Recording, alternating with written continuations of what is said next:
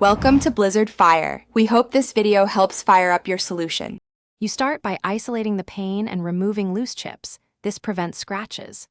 Once done, use a single-edge razor at a 30 degrees angle to lift paint flakes. Push gently, not scrape hard. Make sure to keep the blade flat and replace it if it drags. After you remove surface pieces, wipe with rubbing alcohol to dissolve residue. This reveals stubborn bits. You're already ahead. Keep the removed paint contained so cleanup is simple. You'll now break the bond between paint and glass. Choose rubbing alcohol for latex, acetone for oil-based paints, or a commercial remover for heavy coatings. Apply sparingly with a cloth and let it sit for 1 to 3 minutes so the solvent penetrates. Don't soak frame seals. Then, use a plastic scraper to lift softened paint. This reduces scratch risk. Make sure to reapply solvent and work in small sections until the film is gone. You're finishing now.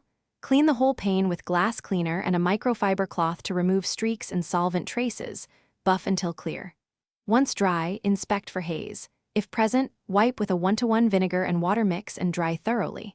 If you find a light scratch, try a small amount of cerium oxide polishing compound. Test in an inconspicuous spot.